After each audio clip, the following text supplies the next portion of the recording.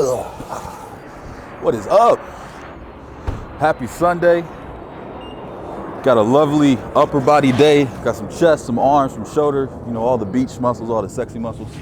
So come here, let's get it. Drop some knowledge bombs for you guys. Hopefully you guys will find value in this. Let's go. All right, so since we got an upper body day today, first thing we're gonna start off with is actually getting the rotator cuff, the 4 internal muscles that support your shoulder, warmed up, okay? So I see a lot of you guys doing this incorrectly in the gym, using dumbbells and shit like that to actually do this exercise. Now, when you're doing it with dumbbells and you're doing the external rotations, the weight is actually pulling down. So you're actually working your biceps more than you're actually truly supposed to be working here. So the resistance has to be opposite of the direction in which you're going. So like with a cable, that's the only way you can do it, or a band if you tie it around a post. It cannot be a dumbbell, all right? Because you're not actually truly working the muscles that you're trying to work. So this is a supportive exercise, just keep the stuff warm. I've benched well over 500 pounds multiple times, 545 is my max. Never had any shoulder issues, never had any pec issues. And it's because I do this little shit to make sure I'm staying healthy. Now we actually get into the movements. I'm gonna talk a lot about shoulder stability. I'm talking a lot about lat engagement. All that stuff is extremely important and crucial to making sure that you're staying safe while you're doing these pressing movements. And you're gonna see I'm not taking anything close to muscular failure, okay? Programs build you somewhere. This isn't just a WOD, a workout of the day where I'm trying to kill myself in one day. You don't build a great physique by doing that. You don't build amazing strength by doing that. Same thing like in business, you don't build a great business just by going all out, balls to the wall, working 24 hours in a day. It is consecutive weeks, months, even possibly years to build a successful and stable business. Same principles apply here. Let's get it.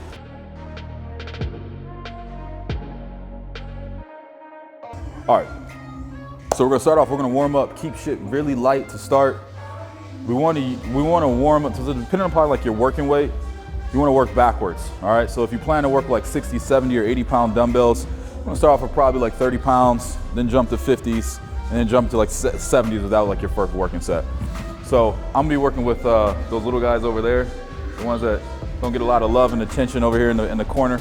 We do not want to burn out on the warm-ups. Warm-ups is strictly just a warm-up to get used to the movement and to really ingrain that to your brain. And I'll talk a little about that later because strength is a skill. It's not actually just like brute force. Let's get warmed up.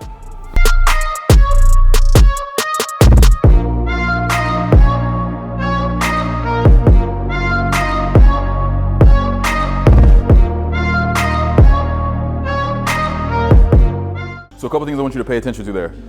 The angle of which I'm pressing. So coming here, right? You see a lot of guys going out super wide like this. Going out wide.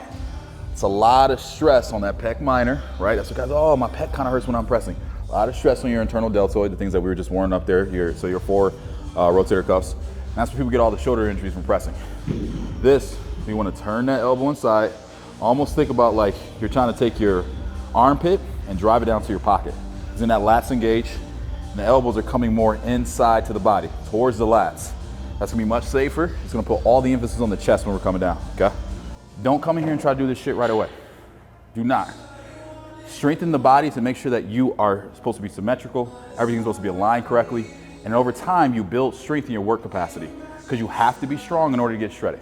You have to be strong in order to have that capable body that can do all the functional things that you wanna do in life. You wanna go skiing, you wanna go surfing, hikes, do stuff with your kids, your family, you have to have a strong body.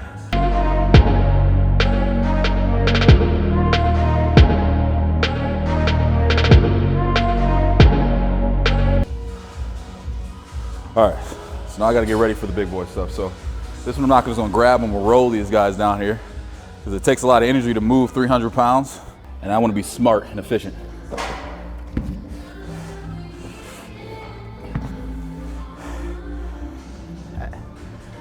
Avalanche.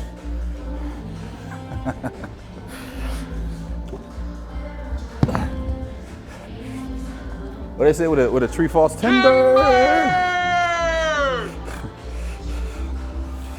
So for me, like I work at a desk all the time, and what JC's talked about on the shoulder blade stuff, super important. I broke my collarbone now like 3-4 years ago.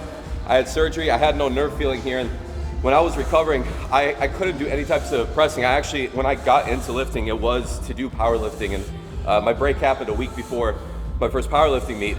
Now today, you know, it's been years later, and naturally, like I've had normal recovery, but what allowed me to get back into pressing and just get back into doing this shit is understanding how to use the shoulder blades and apply proper biomechanics, because I couldn't do push-ups. Like I legitimately could not do a push-up. My shoulder would give out. I can't tell you how many times I ate shit, like trying to just get back into doing what I thought was normal. And it really just came back to me understanding this, like how to use the lats, how to pack the shoulder blade, not stressing the shoulder and press movements. And that's what unlocked a lot for me. And yeah, like this movement for me is not strong, but you know, on another workout, you guys will see I can actually put a lot over my head today, and it is because I learned these things and I built the blocks back up. So like during this time period, this is more now me getting to focus, right? The killer instinct has to come out. This shit gets real fun for me because it challenges me, it pushes me. Like I have to get locked in. There's a certain amount of tenacity that it takes to do this shit. And what I've learned is that if you take this energy and you push that in every other area of your life, you will dominate. Nothing can stop you. And so there's nothing like pushing your body to these type of physical limits. Because when I first started, I was fucking weak. I was doing like the 35, struggling when I first got into the gym years ago, decades ago. I was a like 18, 19-year-old kid. But now look at this, setting records, and I'm about to play around with this weight. So here we go.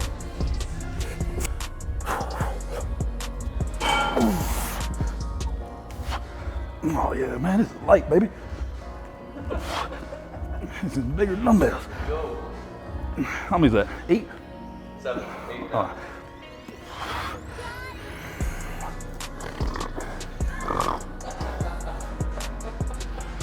Oh, we need bigger dumbbells up in this bitch. Oh.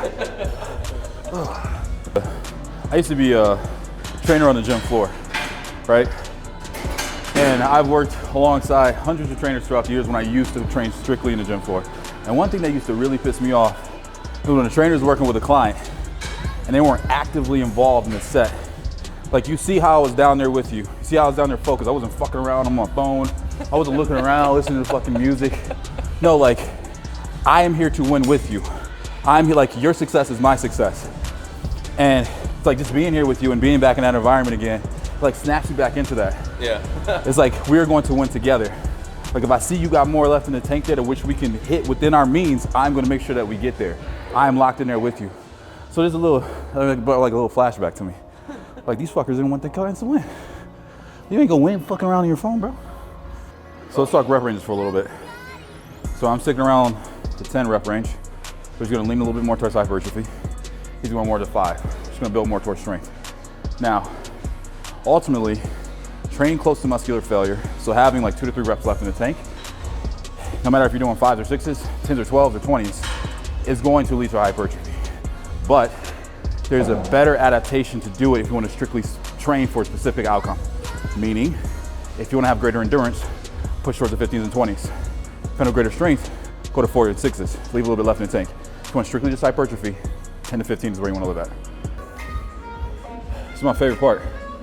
Because you get locked in, you get ultra fucking focused. The only thing you think about is the outcome. So you put the number in your head that you're gonna hit, and you just go fucking do it.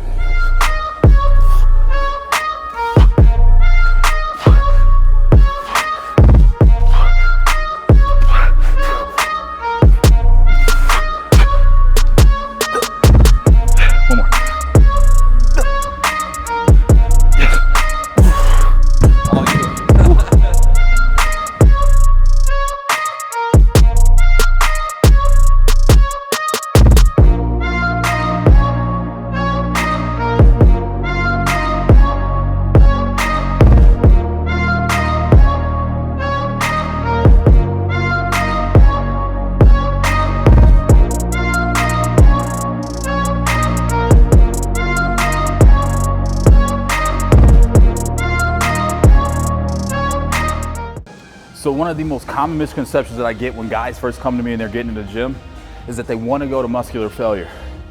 And while I admire the tenacity, the work ethic to want to do those things, you're not a full-time bodybuilder, you're not a full-time athlete, so you're not going to be out of the gym being able to eat, rest, and recover like those guys specifically do that. Listen, when I was training for bodybuilding competitions and magazine covers, I could go to muscular failure a couple times during a workout. I could push myself for 2-3 hour long workouts 5 days a week. But now that I'm a business owner and I literally have teams that I have to manage and lead and cast a vision to a company and I have other responsibilities into my life, I can't do that shit anymore. So you see me training here, saving some left in the tank, and I'm thinking about the end goal in mind. I'm doing enough to stimulate, not annihilate.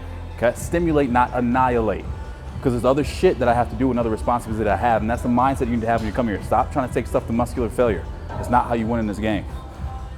Yeah, so that wraps up the upper body day. This is like full upper body, because right now, currently, I train about 4 times per week, just maxing my schedule.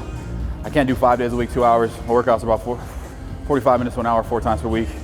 Hitting more compound stuff, because it's not about being the biggest, being the strongest.